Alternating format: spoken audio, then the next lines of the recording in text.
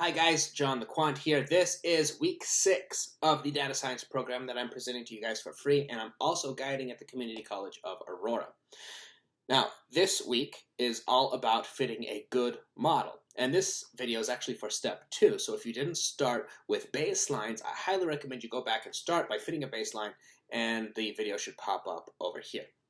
Now, this video is all about hyperparameters. We're going to talk about what hyperparameters are and learn about how to think about them and kind of what they do, why we care about them, why they're important. And then in the next video, we'll actually tune them. But you need to know what they are first, so let's get into it. All right, we're on the laptop now. Let's talk about hyperparameters. In a machine learning model, the computer learns by itself. That's the whole point. But you can control how the model learns by making changes to the model. And adjusting the structure of the model to make it learn better is called hyperparameter tuning. Now this technique is super important to combat overfitting, and it is one of the main tools in the data scientist arsenal, Hyperparameters are characteristics of the model structure, and we've already seen hyperparameters. When we changed the kernel of the support vector machine to make it draw circles, we were tuning a hyperparameter. We changed the structure of the model to make it draw circles instead of straight lines. Now, every single model has different hyperparameters, and each hyperparameter does different things. There are way too many to cover, but we're going to address a few of the big ideas behind them, and then I'm going to show you how to find the hyperparameters for any model by Googling them, and then we will look at a couple of convenient ways to tune hyperparameters in like a semi-automated way. A quick note here on what is called regularization. A lot of the time, but not all the time, hyperparameters are tuned with the goal of regularizing the model. So in math, regularization means taking something complicated and making it simpler. Most of the super important hyperparameters that we're going to talk about control the complexity of the model, and the mathematical idea of elegance, is that we should use the simplest solution that solves the problem. They also call that parsimony. And that's what we're going to do with regularization too. We're looking for the simplest model that makes the best predictions. So how can we simplify the model? And that depends on the type of model that we're using. But remember that most of the hyperparameters we're using are designed to make the model simpler or less complicated. There are a few important ones that crop up a lot. And two of the big ones are L2 and L1 regularization. So these two types of regularization are common across a bunch of algorithms. That you see them in linear regression, you see them in gradient boosting, you see them in neural networks. They're everywhere, but they're also very simple. So think about the coefficients of a linear model like this. So y equals a1x1 plus a2x2 plus a3x3 and so on. Now if a coefficient is 0, then it eliminates one of these terms and it makes the model simpler, right? If a1 is 0, then we can just ignore this, and we can start from a2, and so on. And that's what L1 and L2 regularization do, They try to push your coefficients toward 0, and they do that by adding a penalty to the model while it's training. They actually add that penalty to the cost function, or the loss function, when you're doing gradient descent. But we're not going to look directly at the penalty. I highly recommend that you Google it or use the links in the description below. This is what we're doing, what they look like, L1 regularization looks like the absolute value. It pushes the coefficients towards 0 strongly the whole time. So if your coefficients are up here, it's going to push them towards 0.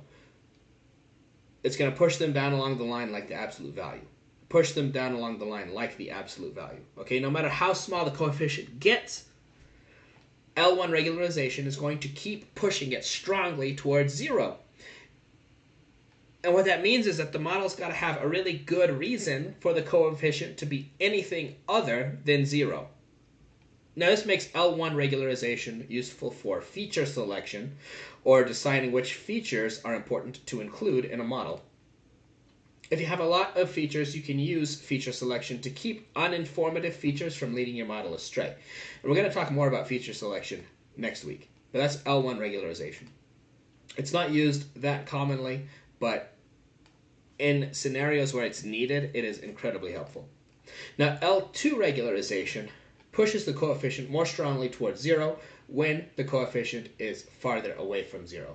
So like if it's up here, if your coefficient is like 2, it's going to push it towards 0 really hard.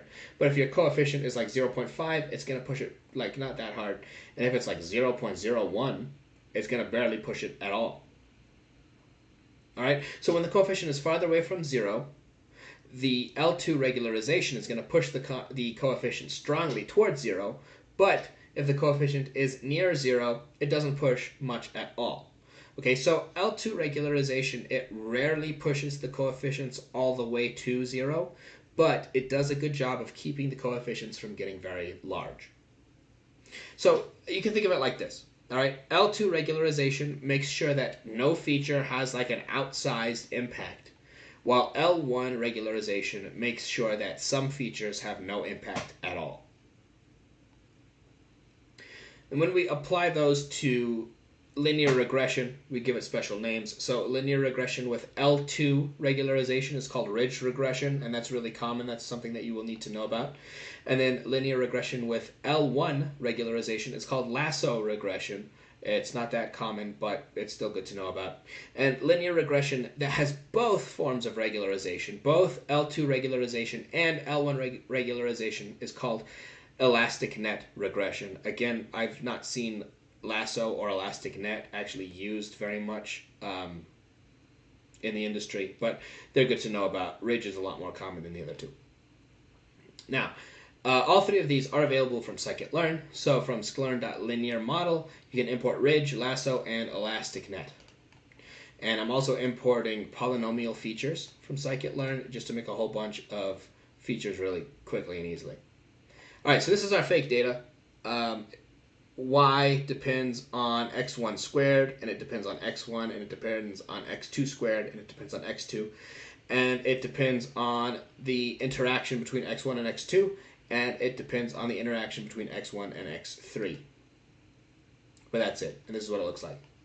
Okay, x1, y, x2, y. You can see it kind of looks like this, sort of.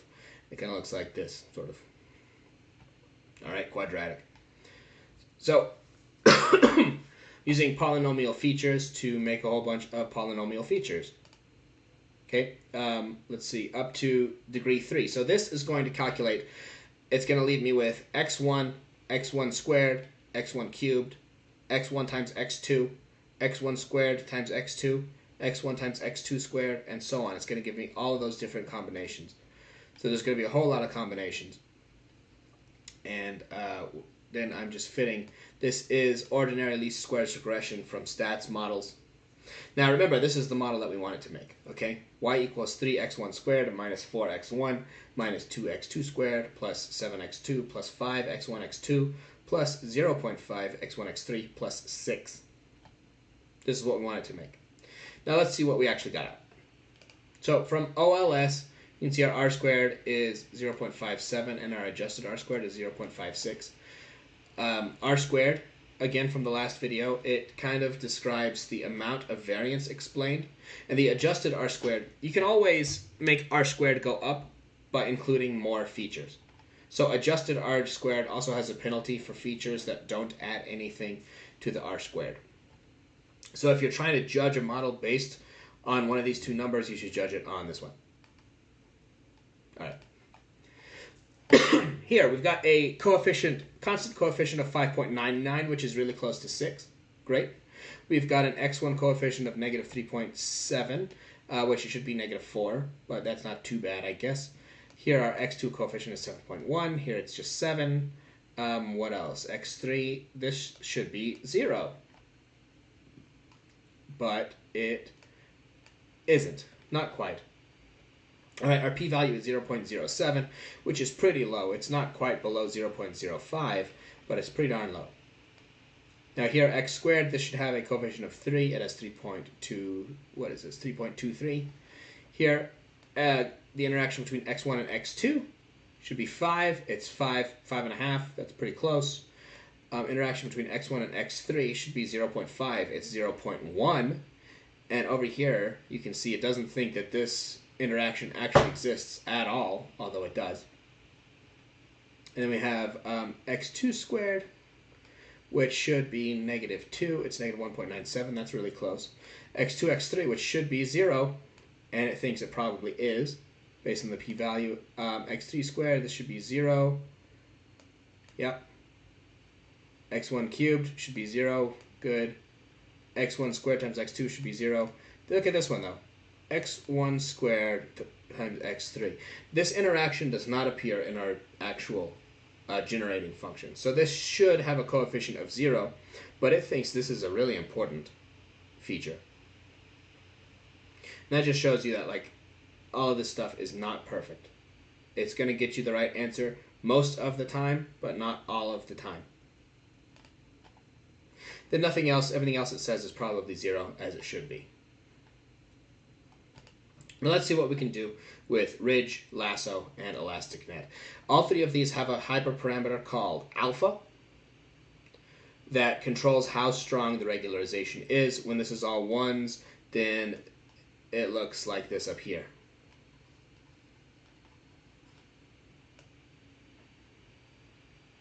All right, we fit them, and we're looking at the coefficients between them.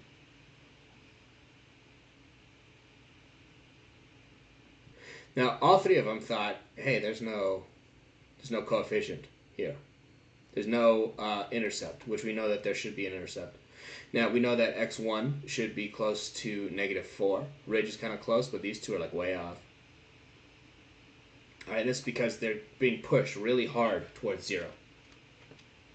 Then x2, we know that it should be 7, and these are like really off. But x3 should be 0. And you see that ridge has a coefficient there, whereas lasso and elastic net both actually pushed it to 0, which is what it should have done. Now, for x1 squared, it should have been 3, which ridge and lasso are pretty close, and elastic net's not that far off. x1 and x2, it should have been, I believe, 5. So ridge was close, and lasso was kind of close, and elastic net was further off. x1, x3, it should have been something. Was it? x1, x3, it should have been 0.5 there. All right, now this pushed it all the way to 0 and had it at 0.1. So none of them are capturing that, the actual value for the coefficient of x1 times x3. And x2 squared should have been minus 2. And down here we've got pretty close to minus 2. They're all not too far off, actually. Not bad. Here these should all be zeros. Ridge doesn't push it all the way to 0, but lasso and elastic net does. And this should be 0, and they're all three pretty close to 0. This should be 0, but none of them are... I mean, they're all pretty close, I guess. But these should all be zeros. All the rest of these. And lasso and elastic net are pushing them to 0 a lot better than ridge is. So that's why you might want to use lasso, is because it pushes everything to 0 really hard. Elastic net tries to kind of balance the push between the acceptance thing. And ridge, in general, has coefficients that are actually much closer to the true data generating function. So those are kind of the positives for each one. All right, let's move on. Now we're going to look at actual hyperparameters and the important hyperparameters. Okay, so a lot of research has been done to determine which hyperparameters are important, because all of these models have a whole bunch of hyperparameters that you can tune. But they're not all of equal importance. In the description below, you're going to find a link to a paper that explored hyperparameter importance for both support vector regression, support vector machines, for random forests, and for a gradient boosting classifier called AdaBoost. And in that paper, it discusses which hyperparameters are actually the most important. And what we're looking at here today are going to be the hyperparameters that paper says are important. But we'll also talk about hyperparameters in general. So here we've got support vector machines, and we're going to regularize them. They have two important regularization hyperparameters, which are gamma and c. But before we get into that, let's... I'm not connected to the internet. Let's go to scikit-learn, and let's see what hyperparameters are available. So here, this is the documentation for scikit-learn's support vector classifier. And we see that C is a hyperparameter. We've got a kernel hyperparameter, a degree hyperparameter, a gamma hyperparameter, coef 0 looks like a hyperparameter, shrinking hyperparameter, probability. This is actually not a hyperparameter, I don't think. Maybe you could treat it as one. We've got a tolerance hyperparameter, and so on. Okay, class weight, all of these things. And we can read about what every single one of them does down here under parameters. So it says C is the regularization parameter. The strength of the regularization is inversely proportional to C, which means that higher value of C means less regularization. Okay, it's got to be strictly positive. It is a squared L2 penalty. All right, so it's going to behave similarly to L2 regularization, which we just looked at. Now for kernel, this shows us what our options are. Linear, poly, RBF, sigmoid are pre-computed. Degree, it tells us that this is the degree of the polynomial, but it is only actually used when we're using a polynomial kernel. Gamma is a kernel coefficient for RBF, poly, or sigmoid, and we can either have it be scale or auto, or we can tell it what to be as a float. Coefficient 0 is an independent term, so this is like fitting a y-intercept. Okay, it's only used in poly and sigmoid. Whether or not to use a shrinking heuristic, whatever that means. Alright, I highly recommend, before you use any model, going through and looking at this documentation and learning what all of the different hyperparameters do, so that you can figure out how to tune them. Alright, so we know that gamma and C are our two most important ones, and we know that because we read the research on this. Okay, and for support vector machines, those tend to be the two hyperparameters that have the biggest impact on performance. Alright, so let's talk about gamma. So gamma is, alright, a support vector machine, right? It draws lines to separate different classes of observations. Okay, that's how they work. Now the model tries to draw the lines so as to keep the two classes as far apart as possible.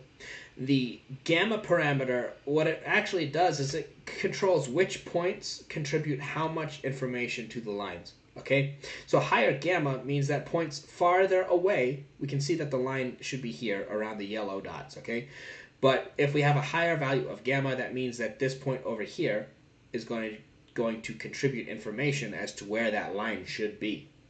Whereas if we have a really low value of gamma, then it's only going to care about the points that are right next to the line. So this one, the yellow region is not a perfect circle.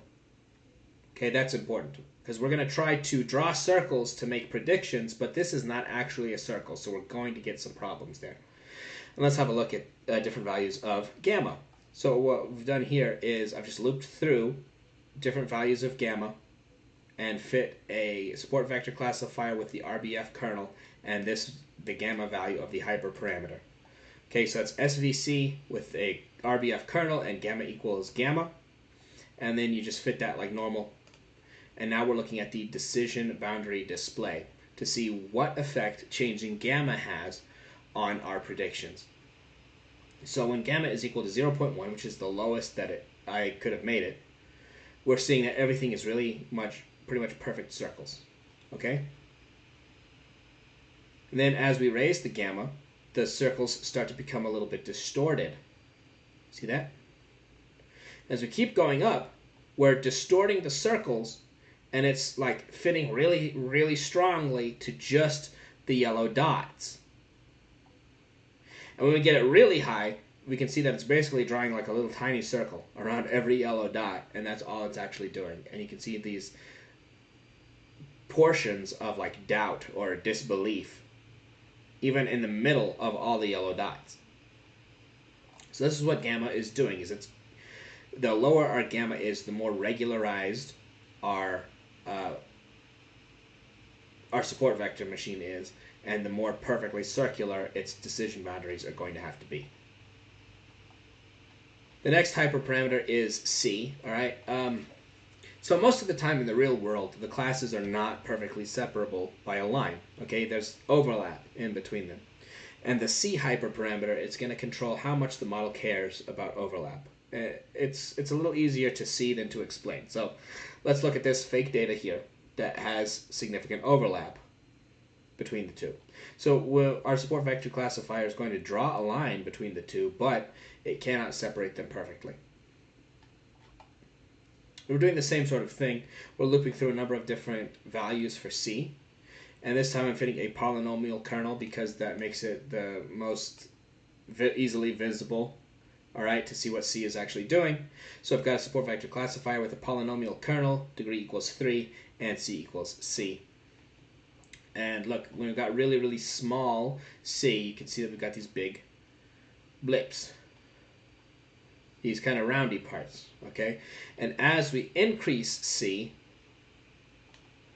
those humps, this hump in particular, is getting smaller and smaller until when we have a really high value of C, our support vector classifier is, even though it has a polynomial kernel, it's basically drawing straight lines.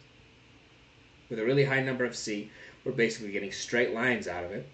And with a really low number of C, those lines are allowed to move however they want.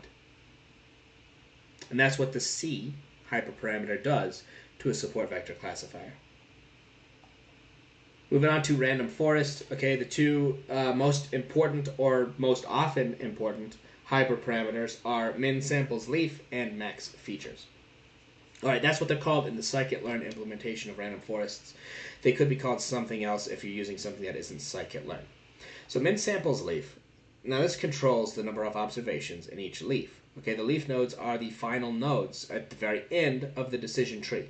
And by default, decision trees will keep making leaves until even if they only have a single observation in them. Okay, and that's a big sign of overfitting. But it's one that we can easily control by using the min samples leaf parameter, which forces trees to accept imperfect leaf nodes. So here we're just cycling through a number of different values for min samples leaf, and we're fitting a random forest classifier with that hyperparameter. And we're going to look at the boundaries, the decision boundaries. So when min samples leaf is equal to 1, this is the default, and this is the least regularized version of this. You can see that the decision boundaries are really kind of chaotic, okay? There's just a whole bunch of different smudgy things going on. And as we raise the min samples leaf and it becomes more regularized, what we're going to see is, like, you see this bar here, that's gone. And this thing here, that's kind of gone as well. They're going to slowly move more toward looking like square shapes. See, this is kind of chaotic. We've got rid of a lot of the chaos just by raising the min samples leaf a little bit. And as we keep going, it's starting to get more square looking. Even more square looking. Look how this is rounded out when it didn't used to be. You see how that goes? So we're creating this wider group in between.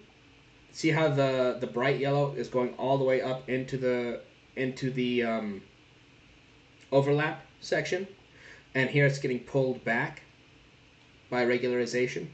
So we've created this sort of area of uncertainty, but we've also created this more constrained shape, where instead of having all of this kind of crazy looking stuff, this blip and this hole and whatever, it's much more square looking. All right, and that's from regularization using min samples leaf. The other one is max features. This is usually the second most important random forest hyperparameter.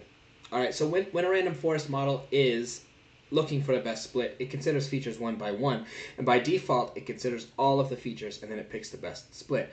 So the max features parameter restricts the model to only trying a certain number of features and then choosing the best split from that subset. Okay, so like min sample split, this is going to force decision trees to be imperfect, which again is going to reduce overfitting. This is our diabetes data, zeros and ones. we can't look at the decision boundary. The decision boundary display only works if you've only got 2 features, but max features doesn't really work if you've only got 2 features, so we're going to use the diabetes data for this. So I'm cycling through max features, the different numbers of maximum features, and we're going to fit a random forest classifier with that number of maximum features every single time, and we're going to look at the accuracy. So if we fit them, and then we look at the accuracy of each model, and then plot it, with 1 being 100% of the features, and 0 being it's not to look at any features, we can kind of see that it does look like the more features that we allow the random forest to cycle through, kind of the less accurate the model is, but it's really chaotic. It's not a perfect relationship. But you can see that controlling the maximum number of features does seem to have some effect on performance. Now let's look at what other hyperparameters a random forest classifier has. So I'm going again to the scikit-learn documentation. I always just search for it. I don't really like Bing, but I use Microsoft Edge, and it's the default, so I just deal with it. All right, so for a random forest classifier from scikit-learn, you've got the number of estimators. This is the number of trees in the forest. You've got the Gini criterion, which can be Gini, entropy, or log loss, and this is the function that the model is going to use to figure out which split to make next. Default is Gini, but you can try either of the other two. Sometimes they do work better, I guess. Max depth, this controls the maximum depth of each tree. Okay, if none, then it's just going to keep going until all the leaves are pure. And then we have min samples split, which controls the number of samples you have to have in order to split it. And then min samples leaf, this is one that we controlled a minute ago. Min weight fraction leaf is a whole bunch. Max features equals square root. So max features here, this is the other one that we looked at. And down here, max features, you can have it be the square root of the number of features. You can have it be the logarithm with base 2 of the number of features. Or you can tell it a proportion of features in order to split.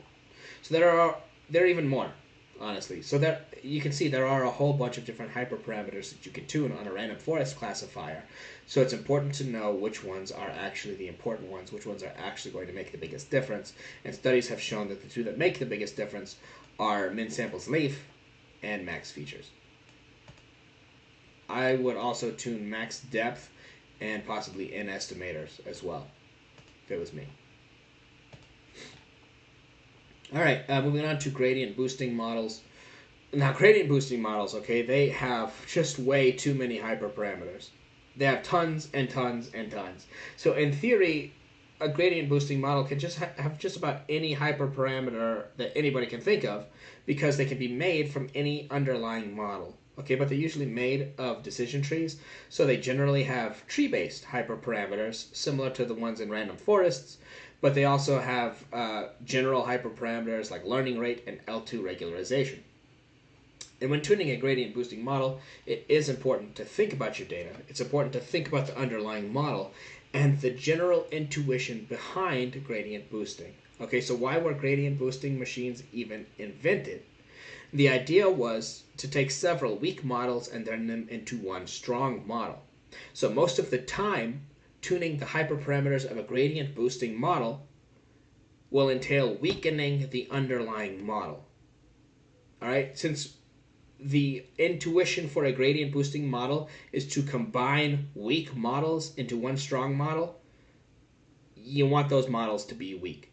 Okay, so for tree-based models, that means we're going to limit max depth. Max depth is by far the most important model, generally speaking, for gradient boosting machines. Most important hyperparameter. So the max depth hyperparameter controls how many layers each underlying decision tree is allowed to have.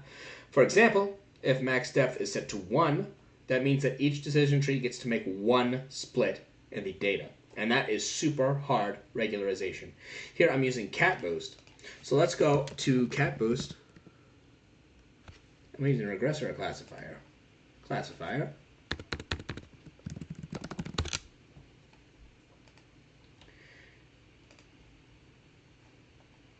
Here we're going to the cat boost documentation, and look how many hyperparameters this thing has. Okay, there are a ton of them. It can be really challenging to tune hyperparameters for gradient boosting machines like this because there are so many hyperparameters. But I'm telling you right now that generally speaking, the ones that you want to tune are max depth, okay, and the learning rate. Those are the two biggest ones. But there are a ton of them. And you can tune however many that you want. I'm just going to stick with those two. Alright, so here we're trying max depth between 1 and 16. And we're fitting a cat boost classifier. This takes a while to run because cat boost classifiers, they just take a few minutes. They're more complicated than any of the other models, so the gradient boosting takes a little bit of time. And I've got this wrapped in a try except because, frankly, I didn't start out knowing that 16 was the right number. So I started out trying, I don't remember, 20 or something, and it did not work. All right? So I should have known. I should have given him with that. But try and accept kept it working, even though I had numbers that didn't work out well. And here we're calculating the accuracy, and we can see that, once again, there does appear to be some kind of relationship. Our regression plot from Seaborn thought it was a negative linear relationship, but to me it does look like it probably is quadratic, and it probably should be. So we know that max depth really ought to be somewhere between, say, 5 and 8 for the best model. And those are some of the important hyperparameters. Let's go back to in-person and talk about the last step for this week. All right. Understanding what hyperparameters do is the first step in learning how to tune hyperparameters and make really good models. And that's what the next video, which is about to pop up down here, is all about. So if you have any questions, please leave them for me in the comments below. If you're scrolling down and you see other people have posted questions, feel free to answer them. I mean, even if you don't know everything, you can still help other people learn, and that's what this is all about. Now, if you learned something from this video, give me a thumbs up. And if you want to keep learning with me, go ahead and subscribe.